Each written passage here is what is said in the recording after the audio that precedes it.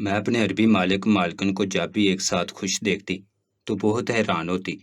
ان کی شادی کو 15 سال گزر چکے تھے، پھر بھی وہ دونوں ایک دوسرے کے ساتھ بہت خوش نظر آتے تھے۔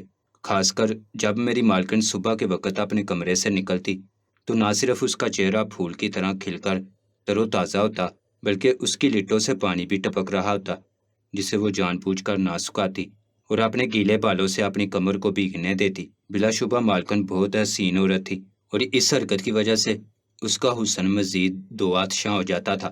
شاید مالک کو بھی مالکن کی یہ ادا بہت پسند تھی، لیکن میں ان دونوں کی محبت دیکھ کر جلتی بنتی رہتی تھی۔ آپ بھی یہ سوچ کر حیران ہوں گے کہ مالک مالکن کی محبت سے میں کیوں جلتی تھی۔ دراصل میری زندگی میں اس چیز کی ہی تو کمی تھی۔ میری شادی کو صرف 2 سال ہی ہوئے تھے، لیکن یہ محبت میری زندگی سے نکل گئی تھی۔ میں اور میرا شوہر مہینے میں 2 بار بھی ایک دوسرے کے ساتھ وقت گزار لیتے تو وہ پھر دوبارہ میرے قریب نہ آتا اور تھکن کا بہانہ بنا دیتا، اور اس کی یہی بات مجھے بہت بری لگتی تھی۔ جبکہ مالک اور مالکن کی قربت کی کہانی تو بالکل الگ ہی تھی۔ نفسانی خواہش ہر انسان کی فطرت کے اندر موجود ہوتی ہے، اور میرے اندر بھی یہ خواہش تھی کہ مالکن کی طرح میرا شوہر بھی مجھے وقت دے، مجھے خوش رکھے، ہم دونوں کے درمیان بھی ایسی ہی الفت ہو۔ لیکن میری لاکھ کوششوں کے باوجود بھی ایسا کچھ نہیں ہو سکا تھا۔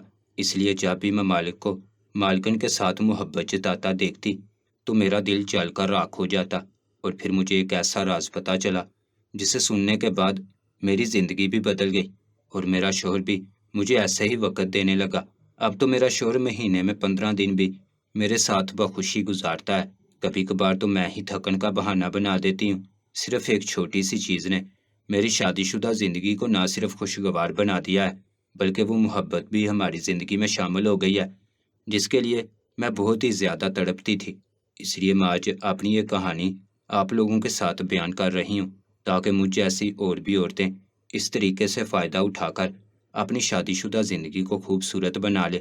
یہ طریقہ خاص عربی عورتوں کا ہے، اور یہ راز مجھے میری مالکن کے ذریعے سے ہی پتہ چلا تھا۔ میرا نام میمونہ ہے۔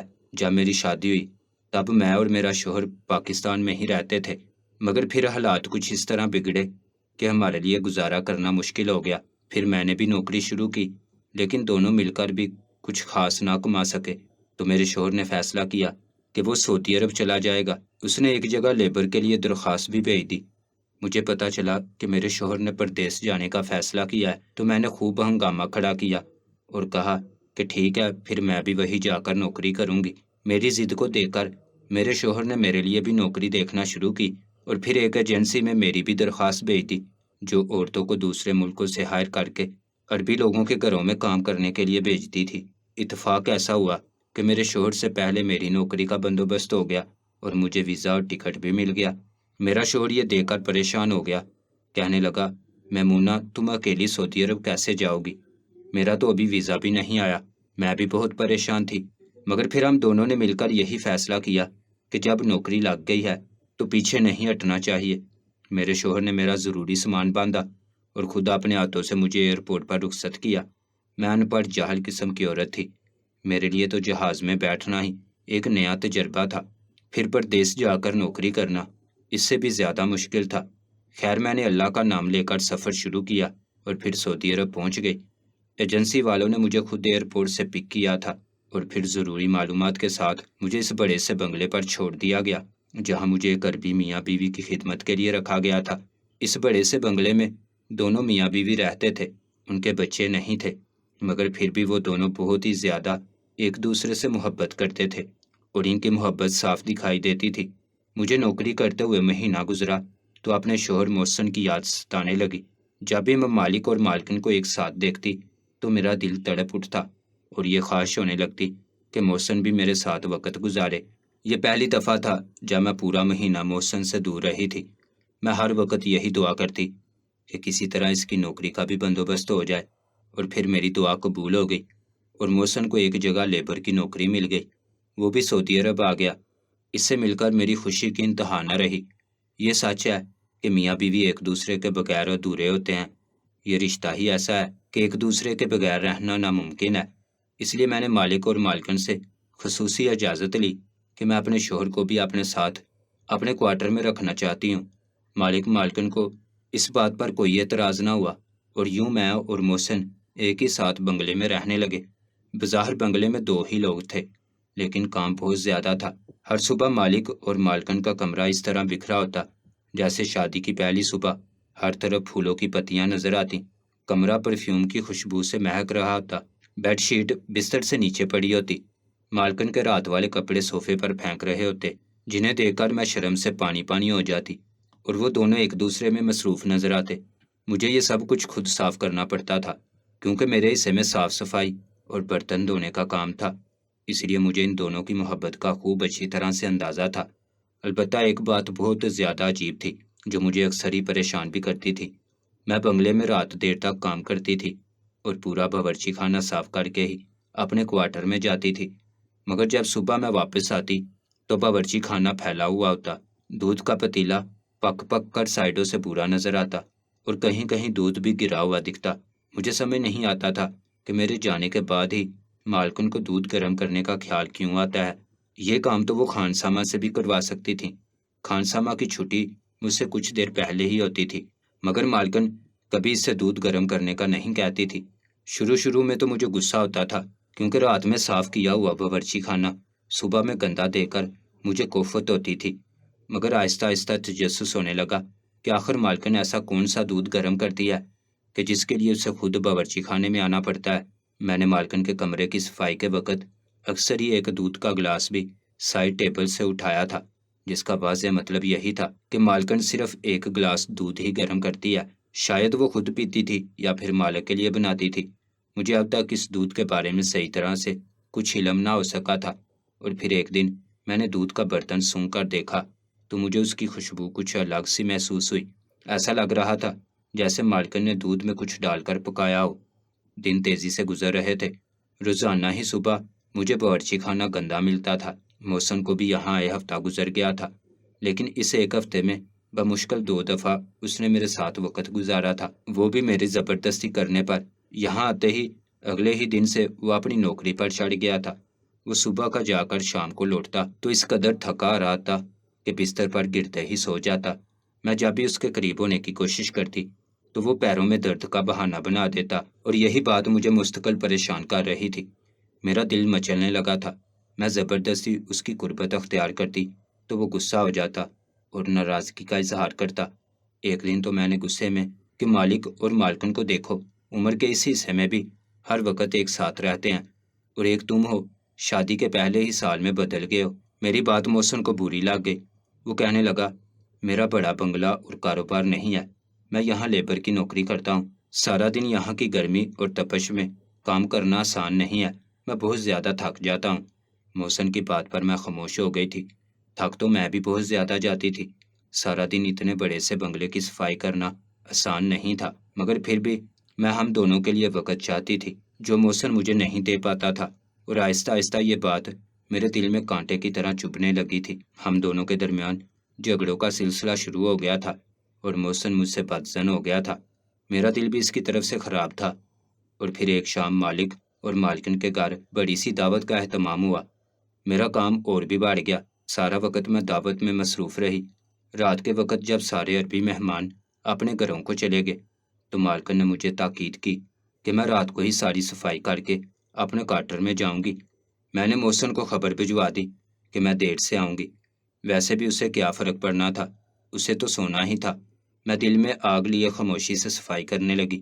میں نے پورا باورچی خانہ صاف کر دیا، اور پھر جب بنگلے کی صفائی کرنے لگی تو میں نے دیکھا کہ مالکن باورچی خانے میں گئی ہے، اور پھر کافی دیر بعد جب وہ باہر نکلی تو اس کے ہاتھ میں دودھ کا ایک گلاس تھا جسے لے کر وہ اپنے کمرے میں چلی گئی تھی۔ میری نظر مالک اور مالکن کے کمرے کے بند دروازے پر ٹھہر گئی تھی۔ میرا دل عجیب طرح سے دھڑکنے لگا تھا۔ میں جاننا چاہتی تھی کہ وہ دونوں اس عمر میں بھی کیسے ایک دوسرے کے ساتھ اتنے خوش ہیں، اور اس دودھ کے گلاس کے پیچھے کیا راز ہے۔ اب بھی مالکن نے باورچی خانہ خالی ہونے کا انتظار کیا تھا۔ شادی کے اتنے سالوں بعد بھی کیسے مالک اور مالکن اتنے قریب تھے، جبکہ ان کی تو کوئی اولاد بھی نہیں، اور پھر دل کے ہاتھوں مجبور ہو کر میں نے ایسی عجیب سی حرکت کی کہ جسے بتاتے ہوئے بھی مجھے شرم آتی ہے۔ میں نے صفائی کے کام کو بیچ سے ہی چھوڑا اور مالک کے کمرے کے دوسری طرف پہنچ گئی، جہاں چھوٹا سا وینٹیلیٹر باہر کی طرف کھلتا تھا۔ عموماً یہ وینٹیلیٹر بند ہی رہتا تھا، مگر شاید یہ میری قسمت تھی کہ آج یہ وینٹیلیٹر کھلا ہوا تھا۔ میں نے ایک ٹیبل پر چڑھ کر اس میں سے جھانکنا شروع کر دیا۔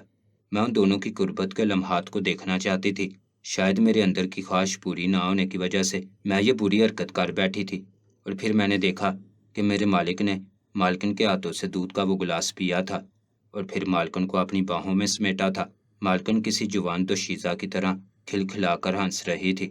مالکن کی اس ہنسی نے مجھے اور بھی بسم کر دیا تھا۔ میں خاموشی سے ان دونوں کو دیکھ رہی تھی۔ وہ دونوں ایک دوسرے میں اس قدر مگن تھے کہ انہیں کسی بھی بات کا احساس نہیں ہو رہا تھا۔ کچھ ہی دیر گزری تو مجھے احساس ہوا کہ جو کچھ میں کر رہی ہوں وہ غلط ہے۔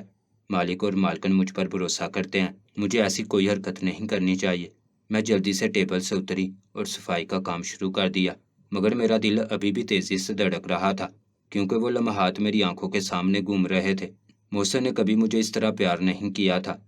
میری عربی مالک جو تقریباً 40 سال سے بھی زیادہ عمر کے تھے، وہ اس قدر جوان نظر آ رہے تھے کہ میں حیران رہ گئی تھی، جبکہ وہ بھی بہت محنت اور مشقت والا کام کرتے تھے۔ اپنا کاروبار سنبھالنا بھی آسان نہیں ہوتا، اگر پھر بھی میں نے کبھی انہیں تھکا ہوا نہیں دیکھا تھا۔ میں نے صفائی مکمل کی اور پھر واپس اپنے کوارٹر میں چلی آئی، جہاں محسن زوردار خراٹوں کے ساتھ گہری نیند سو رہا تھا۔ مجھے اپنی قسمت پر رونا آنے لگا۔ میں نہ صرف جوان تھی بلکہ بہت خوبصورت بھی تھی۔ میرے شوہر کو تو میری قدر کرنی چاہیے تھی کہ میں کمائی میں بھی اس کا ہاتھ بٹا رہی تھی، مگر محسن کو تو جیسے میری پرواہ ہی نہیں تھی۔ اگر عورت کو دلی طور پر خوشی نہ ملے تو پھر اس کے لیے کوئی بات بھی معنی نہیں رکھتی، اور اس وقت میرا حال بھی کچھ ایسا ہی تھا۔ میں دل سے خوش نہیں تھی، اسی لیے مجھے محسن کی کوئی اچھائی اور خوبی بھی نظر نہیں آ رہی تھی۔ میں ایسے ہی کروٹیں بدلتی بدلتی سو گئی، اور پھر جب صبح میں بنگلے کی صفائی کے لیے پہنچی تو میری عربی مالکن نے مجھے اپنے کمرے میں طلب کر لیا۔ میں فوراً ان کے سامنے جا کر کھڑی ہو گئی۔ مجھے لگا کہ وہ روزانہ کی طرح مجھے کاموں کی تفصیل بتائیں گی اور سب سے پہلے اپنے کمرے کی صفائی کا کہیں گی، کیونکہ اب بھی ان کا کمرہ کافی تتر بتر ہو رہا تھا۔ لیکن اس وقت میرے قدموں تلے زمین نکل گئی جب مالکن نے بہت کڑے لفظوں میں مجھ سے پوچھا کہ میں رات کو ان کے کمرے میں کیوں جھانک رہی تھی۔ یہ وہ بات تھی جس نے میرے سر پر آسمان گرا دیا تھا اور میں شرم سے زمین میں گڑ گئی تھی۔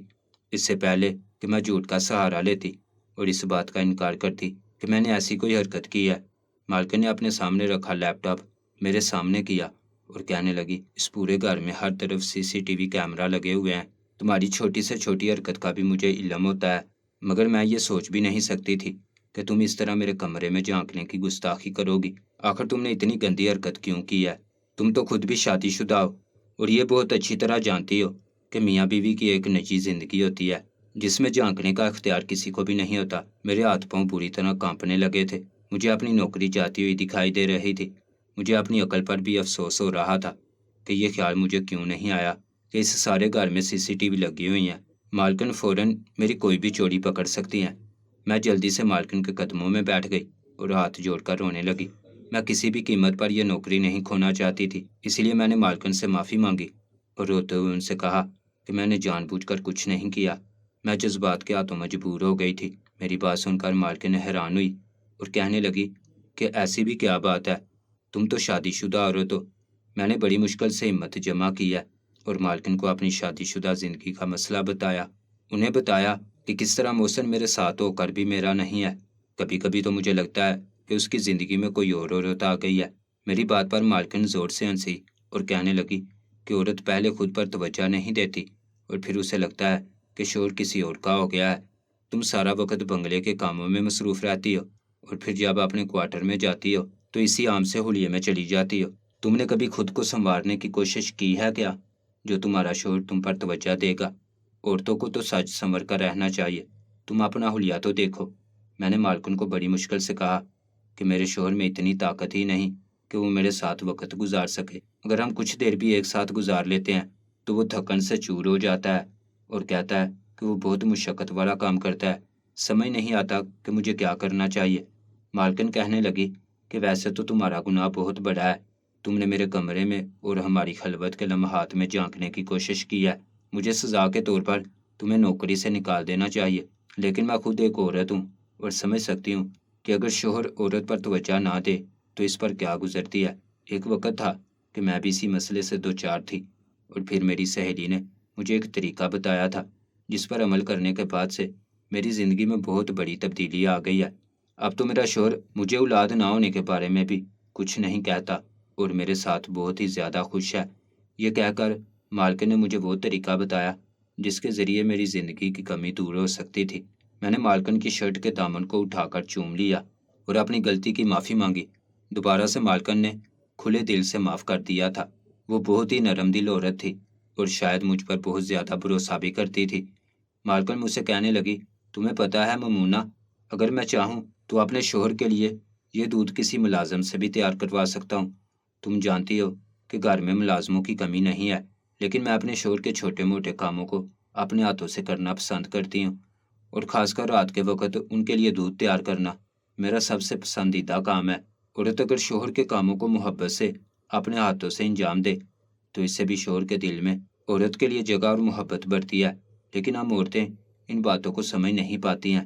تم اپنے شوہر کے چھوٹے موٹے کاموں کو پورے دل سے کرنا شروع کر دو، پھر دیکھنا کہ اس کے دل میں تمہارے لیے کتنی جگہ پیدا ہو جائے گی۔ وہ خود تمہاری قدر کرے گا۔ میں نے مالکن کی باتوں کو اچھی طرح اپنے دل و دماغ میں بٹھا لیا تھا اور اسی رات مالکن کے بتائے ہوئے طریقے سے دودھ بھی تیار کیا اور پھر اسے لے کر اپنے شوہر کے پاس گئی۔ جانے سے پہلے میں نے اپنے حلیے کو بھی کچھ سنوار لیا تھا۔ مالکن نے اپنے کچھ پرانے جوڑے بھی مجھے دے دیے تھے۔